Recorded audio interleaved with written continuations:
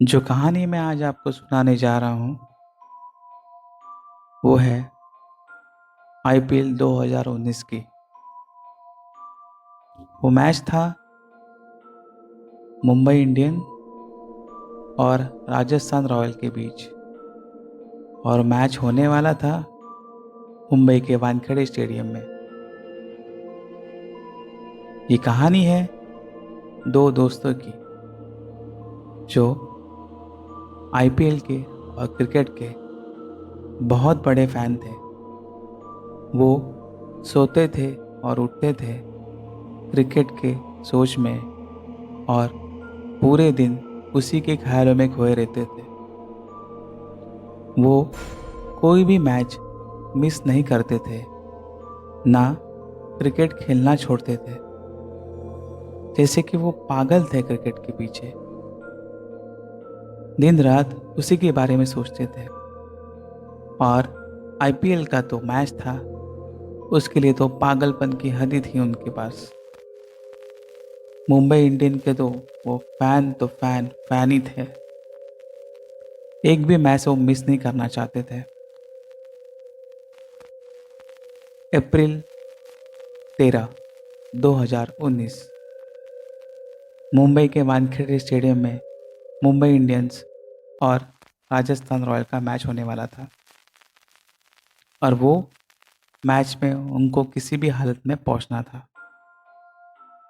10 तारीख के दिन उन्होंने फैसला किया कि कुछ भी करके हमें वहां पहुंचना है। एक दोस्त ने टिकट का बंदोबस्त कर दिया, पर मुंबई में वो मैच था और वो पूना में रहते थे। उन्होंने होटल का सर्च शुरू कर दिया था, पर मुंबई में मैच होने के कारण कोई भी होटल उन्हें मिल नहीं पा रहा था। सारे के सारे होटल फुल हो गए थे। सारे ऑनलाइन होटल की बुकिंग फुल हो गई थी। वो बड़े टेंशन में आ गए थे। हम जाएंगे पर रहेंगे कहाँ? तभी एक एजेंट से बात हुई। एजेंट ने कहा कि एक होटल है, पर मुंबई के वानखेड़े स्टेडियम से बड़ा दूर है, गोरेगांव में। हम बड़े खुश हुए कि होटल तो मिला, चलो निकलने की तैयारी करते हैं। और हमने पूछा भी नहीं कि वो होटल है कहाँ। जिस दिन की हम बहुत दिनों से राह देख रहे थे, वो 13 तारीख का दिन आ गया। हमें मैच का देखने का सुनहरा मौका मिलने वाला था, और हमने सुबह की 4 बजे की बस पकड़ ली, जो पूना से मुंबई आती है। हम दोनों मैच के ही चक्कर में थे, और उसके किस्से हम दोनों से बात करते करते जा रहे थे।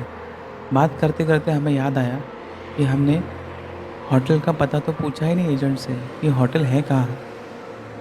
तभी हमने एजेंट को फ़ोन लगाया। तभी उसने बताया कि आपका होटल गोरेगांव के आर्य कॉलोनी में है। हमको सुनने के बाद थोड़ा सा अजीब लगा कि आर्य कॉलोनी में होटल भी है। तभी हमने यूट्यूब पे कुछ वीडियो देखे थे आर्य कॉलोनी के बारे में, क्योंकि हम पहली बार वहाँ पे जाने वाले थे। वहाँ का नेचर, वहाँ की ठंडी हवाएं, सारे हमें यूट्यूब पे दिखे थे। और हमने सोचा बड़ा मज़ा आएगा ऐसी जगह पर रहने के लिए। तब ये सोचते सोचते ही गोरेगांव आ गया। बस वाले ने हमें वहाँ पे हाईवे पे ही उतार दिया और कहा कि यहाँ से आपको ऑटो मिल जाएगी गोरेगांव अंदर आर्य कॉलोनी जाने के लिए। तभी हम उतर के ऑटो वाले ढूंढने लगे। ऑटो वाले से कहा कि हमें ये होटल जाना है। ऑटो में बैठने के बाद हमने जो नज़ारा देखा, उसे देख के हम बड़े खुश हुए। आसपास इतनी हरियाली है, इतनी ठंडी ठंडी हवा है। वो सुबह का नज़ारा तो कुछ कुछ अलग ही था, कुछ जो हम बयान नहीं कर सकते। ऐसा लगा कि हम कुछ स्वर्ग में आ गए हैं, और हम उसका लुत्फ उठाते उठाते आगे बढ़ने लगे। होटल काफ़ी लंबा था, पहुँचते पहुँचते आधा घंटा लग गया, और फाइनली हम होटल में आ पहुँचे। फटाफट हम फ्रेश होके कुछ खा पी के थोड़ा सा रेस्ट किया, और रेस्ट करने के बाद हम तुरंत टैक्सी बुक करके वानखेड़े स्टेडियम के लिए निकल गए, क्योंकि हमें मैच जो देखना था। हम तो मैच के बड़े फ़ैन थे। 4 बजे का मैच का टाइमिंग था, पर शुरू होते होते मैच 5 बज गए। और जो मैच के अंदर हमने देखा, जो हमने एंजॉय किया, जो हमें चाहिए था, जो सिक्सर, जो कैचेस, जो विकेट, ये सारी चीज़ें हम देख के इतना मज़ा कर रहे थे कि हर क्रिकेटर को और हर प्लेयर को जो देखने का मज़ा स्टेडियम में है, वो घर में बैठ के टीवी पे देखने में नहीं आता। जो जोर शोर, जो स्टेडियम का मज़ा होता है, वो स्टेडियम में ही होता है। मैच देखते देखते कब रात के 10:30 बज गए, हमें पता ही नहीं चला। वो मैच मुंबई इंडियन ने जीता था 4 विकेट से। हम बड़े खुश हुए, क्योंकि हमारी टीम जीती थी। हाँ, स्टेडियम से बाहर आ गए। बहुत भीड़ थी वहाँ पे। निकलते निकलते बहुत देर हो गई थी। बाहर आते आते रात के 11:30 बज गए, और बाहर देखा तो एक भी टैक्सी वाला नज़र नहीं आ रहा था। सारे टैक्सी फुल होके निकल रहे थे अपने अपने घर के लिए जाने के लिए। हम ऑनलाइन भी टैक्सी ट्राई कर रहे थे, पर कोई टैक्सी वाला मिलने के लिए तैयार ही नहीं था। बुक ही नहीं हो रही थी। हम बहुत परेशान हो गए। अब घर कैसे जाएं? अपने होटल कैसे पहुँचे? तभी हमने डर गए कि अभी टैक्सी तो मिलने से रही, अभी कैसे जाएंगे हम गोरेगांव अपने होटल में। तभी एक टैक्सी कोने के में खड़ा था, और हमको दिखा। हम वो टैक्सी वाले के पास चले गए और कहा, चाचा, टैक्सी खाली है, चलोगे?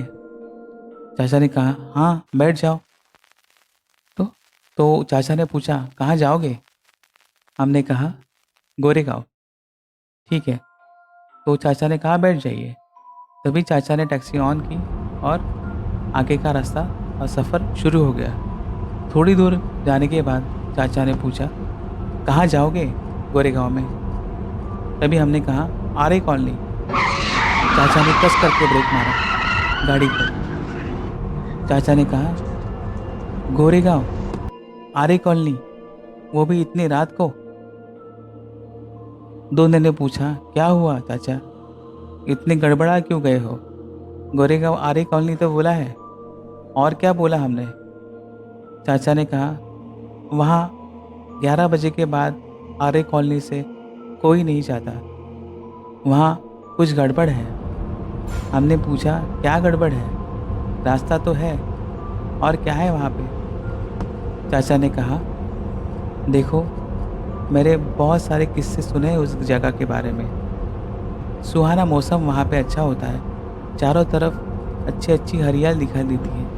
पर रात का जैसे ही सन्नाटा हो जाता है, वो जंगल वाला एरिया, जहाँ पे आना जाना रात को अच्छा नहीं है। वो काली रात का साया जब उस आर्य कॉलोनी के रास्ते के ऊपर पड़ता है, तो वो आर्य कॉलोनी का रास्ता कुछ अलग ही दिखता है। हमने पूछा, चाचा कुछ खुलकर बताओगे? ऐसे पहेलियाँ मत पूछाओ, क्या है वहाँ पे? तभी चाचा ने कहा, मैंने मेरे दोस्तों से सुना है, रात को वहाँ जाना ठीक नहीं। उस आर्य कॉलोनी में एक रात को चुड़ैल दिखाई देती है, जो सफ़ेद कपड़े के अंदर बाल खोलकर यहाँ वहाँ भटकती रहती है। और जो भी सुनसान रास्ते के ऊपर गाड़ी दिखती है, वहाँ पे उसे रोक देती है, और गाड़ी में, मुझे लिफ्ट मिलेगी क्या? और जैसे ही वो हाँ बोलता है, उसको वो लिफ्ट कर देते ही ऊपर की तरफ। वो इंसान नहीं बचता। हम दोनों भी हंस पड़े। चाचा, ये क्या बोल रहे हो? आज के दिन में भी कोई ऐसे चुड़ैल या भूत होते हैं क्या? आप चलो, वहाँ कुछ भूत वूत नहीं होता। चाचा ने कहा, मैं वहाँ पे नहीं जाऊँगा, ना आपको जाने दूँगा, वो रास्ता ठीक नहीं है रात को। हमने बहुत चाचा को ज़िद की, और चाचा को बोला, हमें गोरेगांव तक लेके चलो, बाद में हम देख लेंगे।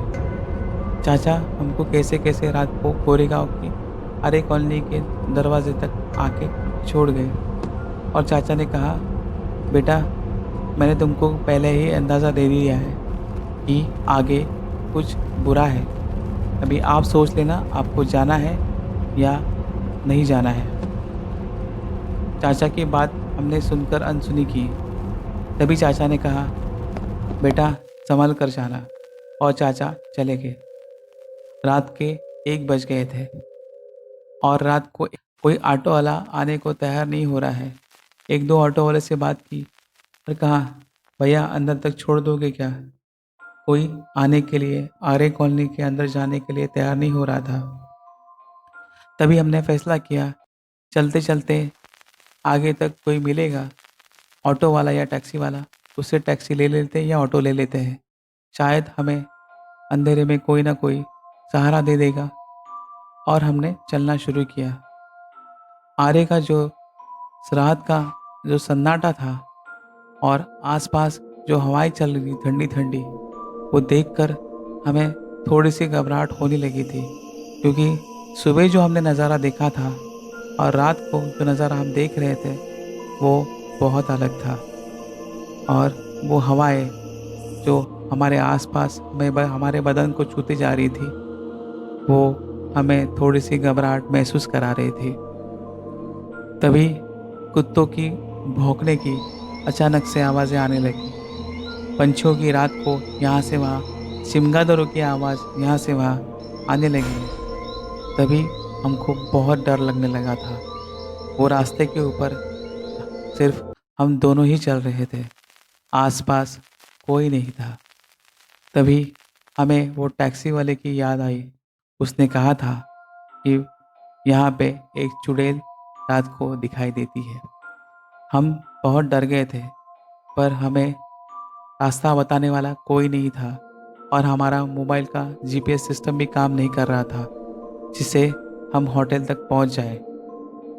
और हम डरते डरते आगे का रास्ता तय करने लगे। तभी एक रास्ते के कोने में एक बूढ़े बाबा नजर आए और वो बूढ़े बाबा की तरफ हमारे दोनों की नज़र गई। और वो नज़र आने के बाद ऐसा लगा कि वो हमारे पास देख रहे हैं और देखते देखते हमें अपनी तरफ खींच रहे हैं।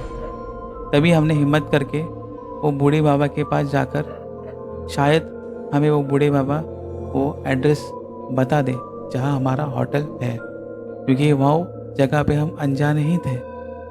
हमने हिम्मत करके वो बूढ़े बाबा के पास जाने की कोशिश की और वहाँ हम पहुँच गए और बूढ़े बाबा से पूछा, बाबा हमें आपकी मदद चाहिए। बाबा ने पूछा, क्या मदद चाहिए? तभी हमने बाबा से कहा, बाबा हम रात को रास्ता भटक गए हैं, हमें इस होटल तक पहुंचना है, कृपा करके आप हमें होटल का पता देंगे? बूढ़े बाबा ने पूछा कि इतने रात गए, तुम यहाँ क्या कर रहे हो? तभी उन दोनों ने कहा कि हम आईपीएल के बड़े फैन हैं, इसकी वजह से हम यहाँ पे वो मैच देखने के लिए आए थे यहाँ, और हम यहाँ पे रहने के लिए आए थे होटल के अंदर, बट हम रास्ता भटक गए हैं, कृपया करके आप मुझे रास्ता बता। तभी बाबा ने कहा, मैच के फैन हो? अच्छा, मतलब क्रिकेट के फैन हो, बढ़िया है, चलो मैं तुम्हें रास्ता बताता हूँ। इतना कहकर चाचा रास्ता बताने लग गए। चाचा ने कहा, मेरे पीछे आओ, और हम चाचा के पीछे चलने लगे।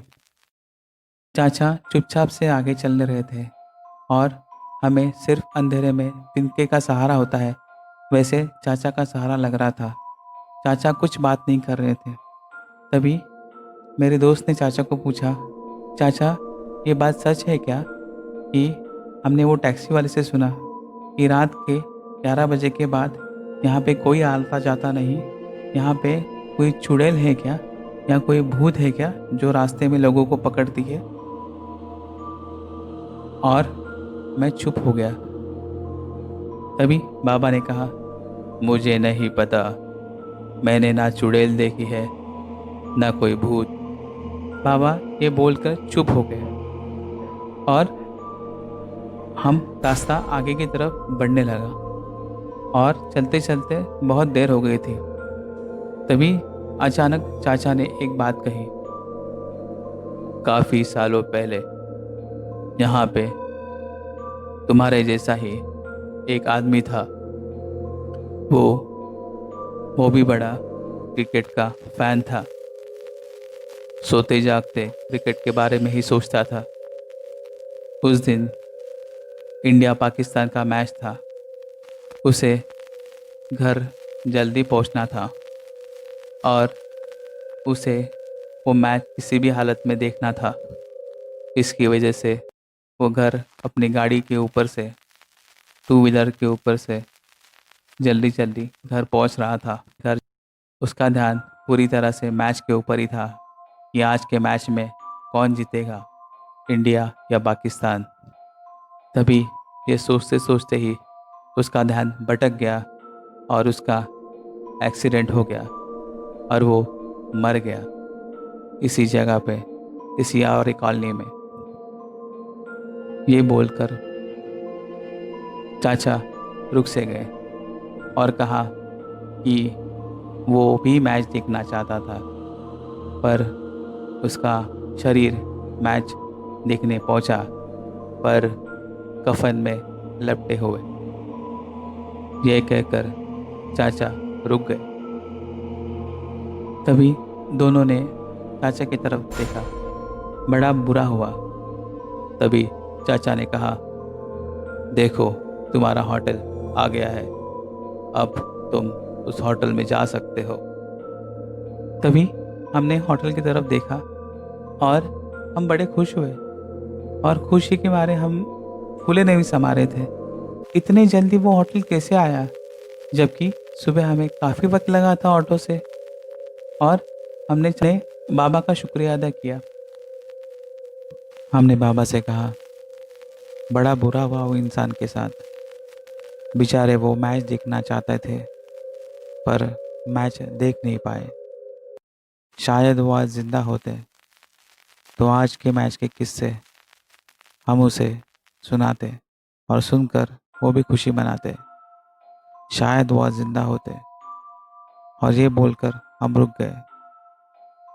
तभी बाबा ने कहा, वो किस्से सुनने के लिए तो मैं खड़ा हूँ, नहीं तो कब का चला गया होता।